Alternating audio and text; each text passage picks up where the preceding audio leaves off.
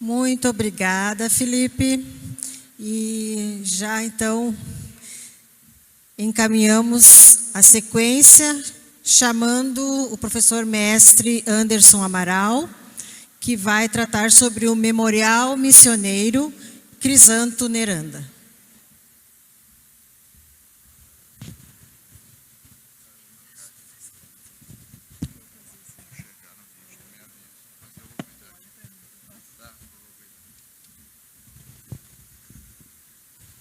Boa tarde a todos. É um prazer retornar a este evento. A última vez que eu estive de forma online, foi o ano que nós tínhamos a pandemia, e fui desafiado pelo professor Júlio, à época, a falar sobre o ensino de história em tempos pandêmicos, né? Hoje, aqui falo em meu nome, mas em nome do Instituto Histórico e Geográfico de São Luís Gonzaga. O Instituto completa este ano 40 anos de trabalho ininterrupto. Aqui temos sócios do Instituto. Professor Venturini, quando residiu em São Luís Gonzaga, foi membro da diretoria. O Instituto Histórico e Geográfico teve na pessoa da professora Ana Olívia, de saudosa memória, uma pessoa abnegada. E nós que permanecemos, vamos levando adiante o trabalho dela e de outros colegas. Hoje o professor Lauro preside a instituição. Quero agradecer em nome do Instituto de antemão a possibilidade de estar aqui nesse evento, principalmente o professor Venturini e o professor Júlio. O professor Júlio é nosso comendador. E hoje eu trago para vocês um dos últimos trabalhos do Instituto, que é o Memorial Crisanto Neranda. E nós precisamos saber quem é Crisanto Neranda, né? Esse nome talvez seja desconhecido. E ele nos foi trazido de uma forma indireta pelo professor Júlio, quando nos trouxe, há alguns anos atrás, o livro Letra de Índio, do professor Eduardo Neumann. E uma das passagens do livro falava em um índio que escreveu uma passagem sobre a Guerra Guaranítica, em um período que esteve preso pelos portugueses. E nós, então, ao ler a obra, descobrimos que ele era de São Luís Gonzaga. E aí nós somos missioneiros, mas somos de São Luís Gonzaga, então nos enchemos de orgulho e fomos pesquisar mais ainda sobre este cidadão, que eu vou apresentar na sequência, e ele nomeia então o memorial, e eu vou mostrar um pouquinho do que tem no memorial, e já fica antecipado o convite para que vocês que aqui estão e quem nos assiste possa visitar São Luís Gonzaga. Bom, eu vou localizar primeiro a praça. Nós vamos chegar em São Luís Gonzaga, cidade pequena, a praça todo mundo vai saber. E o que nós temos na esquina da praça? O Museu Senador Pinheiro Machado, que foi reinaugurado ano passado também, um museu que tem uma exposição renovada. E seguindo naquele mesmo itinerário, lá na outra esquina nós temos o Instituto Histórico e Geográfico. O Instituto ocupa um prédio centenário que foi do antigo aprendizado agrícola. As pessoas às vezes nos perguntam se o Instituto é da prefeitura. Não é. O Instituto é uma instituição não governamental. Nós temos apoio da prefeitura, e bastante apoio inclusive, mas não tem dinheirinho, né? Então o Instituto tem que prover verba, inclusive, e aí vendemos livros, fazemos cursos, viagens culturais, enfim, né? Então aqui no Instituto, aonde era o jardim do Instituto, foi construído esse memorial. Mas quem é Crisanto Neranda? Então é interessante a gente saber que ele nasceu em São Luís Gonzaga, e o censo de 1735 nos dá ele com 24 anos. Nós não temos certidão de nascimento desse pessoal, né? Então não dá para precisar data de nascimento, mas obviamente que se em 1735 ele tem 24 anos. E nós sabemos disso porque ele ocupava uma posição de destaque na missão. E também temos alguns caciques, como Francisco e Juan Neranda, portanto, é uma família tradicional na missão de São Luís.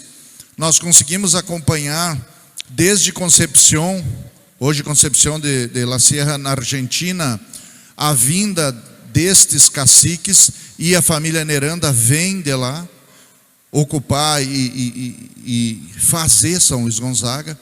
E o Neranda, então, provavelmente o pai ou o avô dele tenham vindo. A gente não consegue montar, obviamente, uma árvore genealógica dele, né? Não temos documentação para isso. E por que nos interessa sobremaneira isso? Porque o Neranda, ele vai fazer a sua vida em São Luís, casa-se. Cadê? Ana Maria Cunhangatu, são pais de Romualdo e Petronila. Isso no censo de 1735. Em 1772 ele aparece novamente, casado com outra pessoa. Então, acreditamos que viuvaram, né? Por óbvio que não havia divórcio nesse período. Então ele vai construir a sua vida e vai provavelmente falecer em São Luís Gonzaga. O trabalho dele é um trabalho muito interessante, porque em 1754 ele era maior-domo do pueblo de São Luís. Qual era o trabalho de um maior-domo? Uma espécie de um almoxarife, né? Ele vai controlar todo o estoque, mas os maiordomos, eles controlam a produção da missão. Então, é o maiordomo que vai fazer a previsão e a provisão. Então, o trabalho do maiordomo é muito importante para que esta cidade, este pueblo, consiga se abastecer de todos os víveres necessários. Como maiordomo, ele foi para esse primeiro encontro, combate, com as tropas portuguesas em 1754. Lá vai ocorrer a morte do cacique Alejandro de São Miguel, e eles ficam então um pouco órfãos. Naquele local são 200 índios, e eles decidem que um cidadão que se tornará famoso mundialmente, chamado José, que é o Sepete Araju, assuma o comando daquele grupo e passem a negociar com os portugueses. Os portugueses vão chamar eles para uma reunião que era para pacificar. Na verdade, não pacificaram nada, foi um golpe dos portugueses, e o Neranda, o Cepé e outros índios foram presos nessa reunião, desarmados e presos. A gente tem relato disso dos próprios relatórios portugueses, e também nós temos relatos do lado da igreja, que é o diário do padre, o relatório do padre Bernardo Nussdorfer e o diário do padre Rennes, que fez uma, abre aspas, aí, versão indígena da guerra, né? Ele acompanhou e foi fazendo um diário e um relato. Esses documentos mostram, os 3 documentos mostram essa tal reunião que virou em prisão. O Neranda, então, foi levado para Rio Pardo e depois para Rio Grande. E o documento dele, a gente tem esse documento produzido em São Luís Gonzaga. Alguns meses depois ele retorna para São Luís e ele escreve 14 páginas de punho em Guarani, onde ele conta tudo o que aconteceu, desde a prisão deles no Rio Jacuí, a ida para Rio Pardo e, na sequência, a prisão deles em Rio Grande. Inclusive, ali eles debatem muito que se eles seriam mortos, né? Porque eles vão ser inquiridos pelos portugueses e eles têm muito medo de serem assassinados. Ele traz riquezas de detalhe da conversa dele com o Gomes Freire de Andrade. Na verdade, o que se entende ali, pela descrição do Neranda, é que o Gomes Freire queria que ele condenasse os padres, porque vai dizendo para ele: confessa que os padres têm relações com as índias jovens, confesse que os padres são ricos, Confesse que os padres têm o melhor alimento que existe. Confesse que vocês são escravizados. E ele vai negando e argumentando. Lhe é oferecido cargo no exército português e ele nega.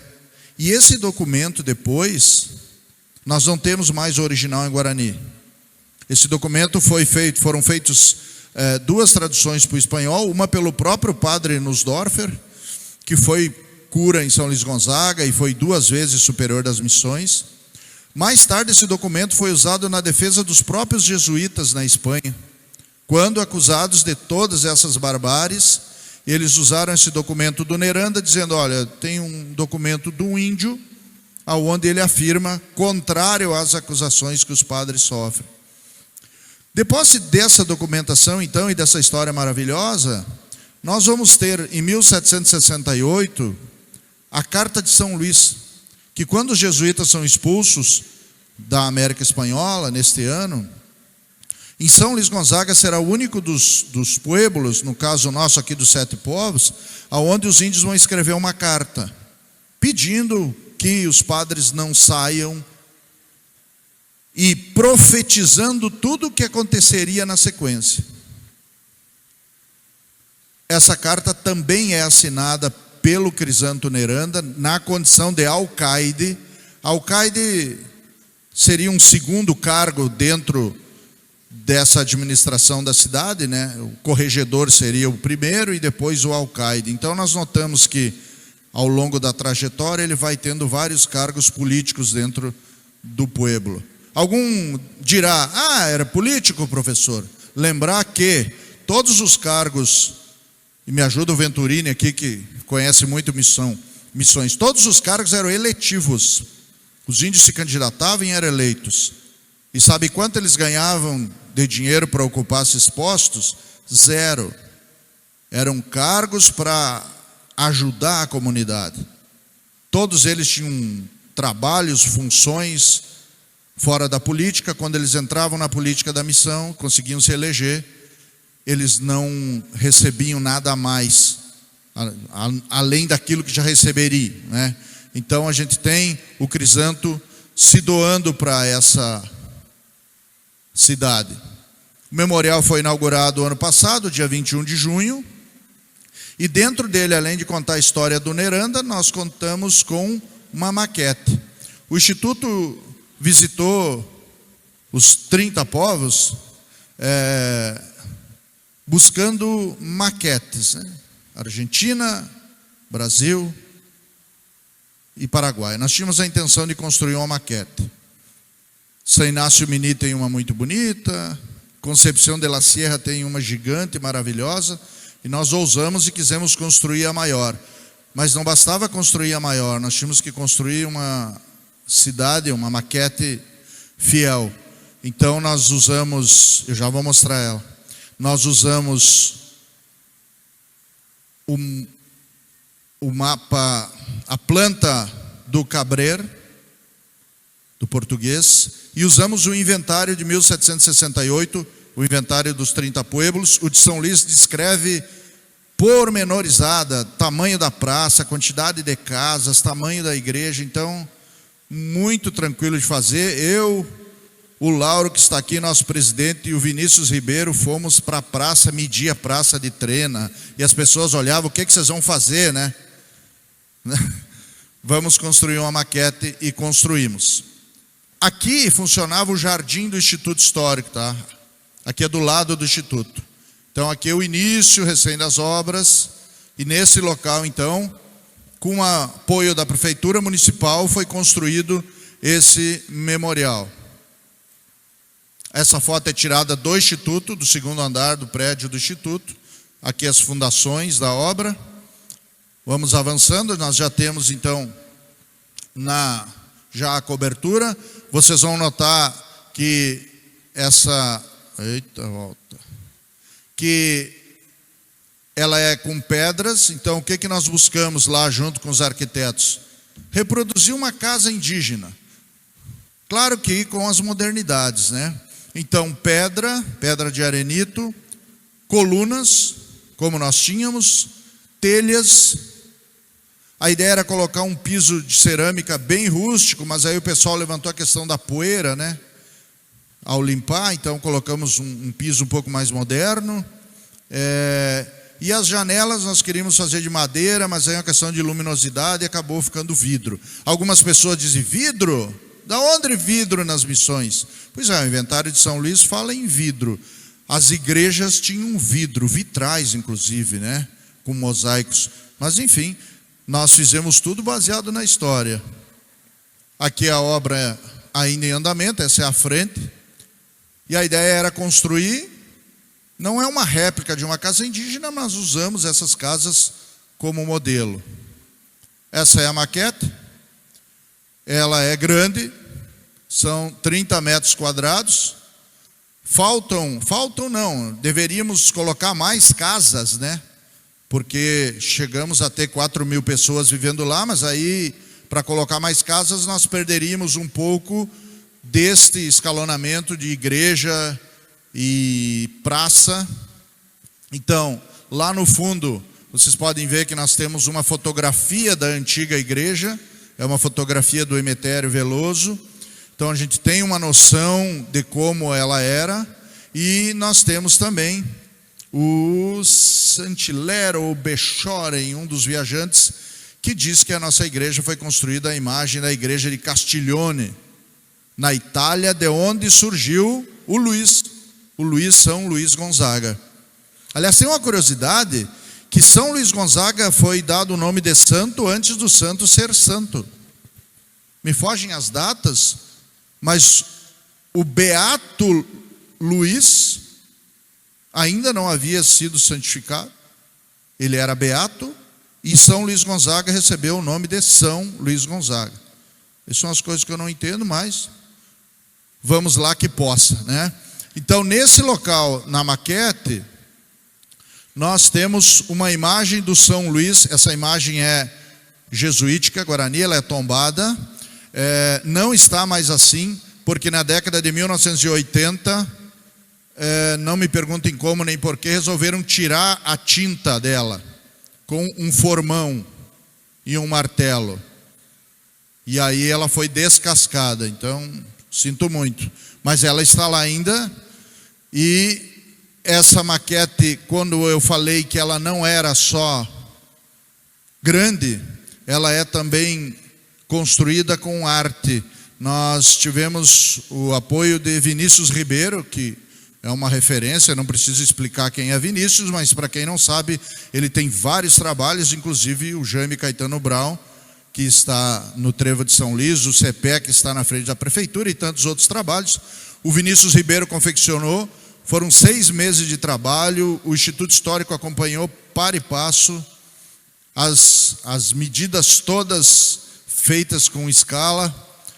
E eu disse para o Vinícius, os telhados estão diferentes, Vinícius. Tem um telhado com a telha mais larga, o outro está mais rebaixado, o outro está um pouco torto. E o Vinícius falou, os pedreiros não conseguiam fazer telhado igual. E as coxas dos índios também não eram iguais. E eu disse, Vinícius, está fazendo cada telhado separado, não é um molde? E ele disse, não, o molde é só das colunas.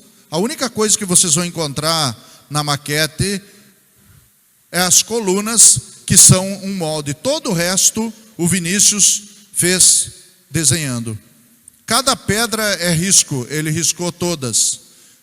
Inclusive ele fez depois o Crisanto Neranda, ali está ele, está escrevendo o seu relato. O Vinícius conseguiu trazer a essa obra uma genialidade. E só quem vai lá e consegue observar que vai ter a dimensão disso tudo. As pessoas entram, encontram uma maquete enorme e depois se encantam com a história do Crisanto e com o trabalho realizado na produção da maquete. Esse slide para mostrar que não são só informações de Crisanto ou da própria maquete, né? Nós fizemos um estudo, aqui a gente tem as famílias dos índios Guarani que vieram de Concepción para São Luís. Aqui do lado os padres que estiveram lá e o tempo que cada um deles esteve em São Luís Gonzaga. Essas informações também estão no livro que nós, junto com a professora Ana Olívia, publicamos em 2022, acho que é.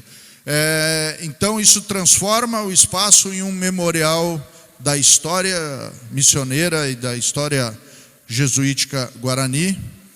Vinícius Ribeiro, nosso agradecimento então, e também nosso agradecimento ao Poder Executivo, hoje representado pela professora Marisa, que é secretária de Educação em São Luís, e também nossa sócia.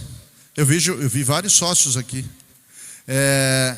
O Instituto, então, se coloca à disposição do evento dos organizadores. Mais uma vez agradecer a oportunidade de estar aqui, convidar todos vocês que, quando estiverem em São Luís Gonzaga, nos visitem, tá? Abre à tarde sempre.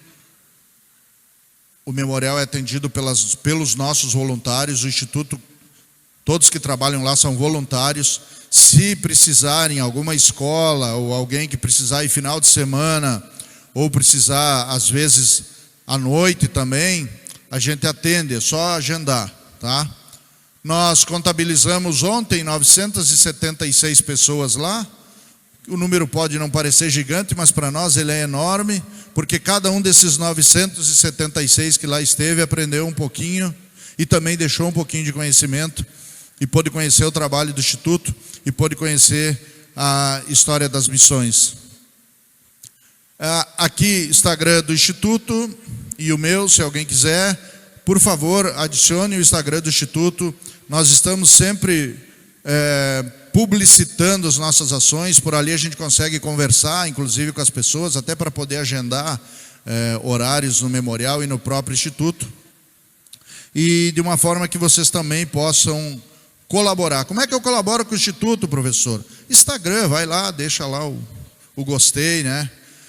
Mostre o trabalho do Instituto, porque o nosso objetivo sempre é poder levar a história e a cultura e a arte das missões para que essa história riquíssima que os colegas aqui já colocaram e que outros colocarão e possa alçar voos maiores e nós mostrarmos para a humanidade o que aconteceu na nossa região, que é diferente e é algo que nos orgulha enquanto missioneiros.